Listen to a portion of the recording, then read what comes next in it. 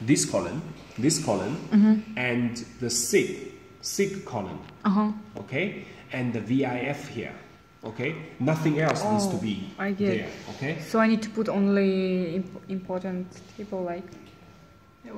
Yes. For example, if I don't explain it, I don't. What I use is that I use only the variable name or the factor name, and also whether they are significant. That's the second column. The first column, second column, and third column VIF. That shows you're doing the check for the multicollinearity. Okay, and maybe you can add this column as well. The beta. Beta shows whether there's a positive or negative relationship. Okay, for example, this one, I forgot to mention that because it's negative. So which means if C increases, the visit intention decreases. C is what cost? Cost, yeah. So that makes sense. Yes. So it's a negative relationship. Okay, so I suggest for the regression results, you make a 4-column table. Okay, 1, 2, 3, 4. That's it. You don't need to copy the whole table from SPSS. Actually, it's not allowed.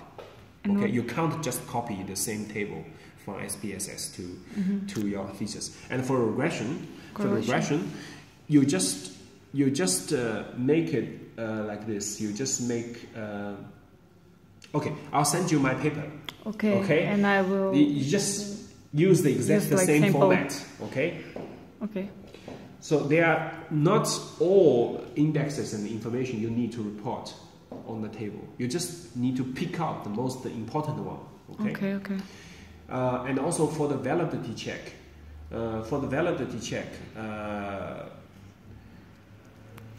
First of all, you make your own table, okay? And you only report the factor loadings. Remember the factor loadings that you use to detect which one is good, which one is bad. Okay. You only report those. Okay.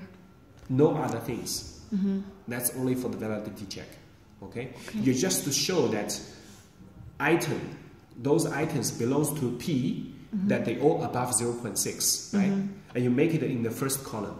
And then the items for A, you make it on the second column. Their factor loadings on the second column, and so forth.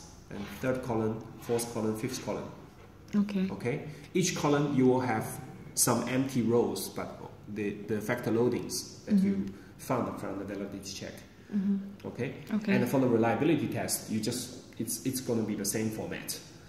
You just report the items within the factors, and then you just report on the table here P, what's the consistency score there? What's the alpha score?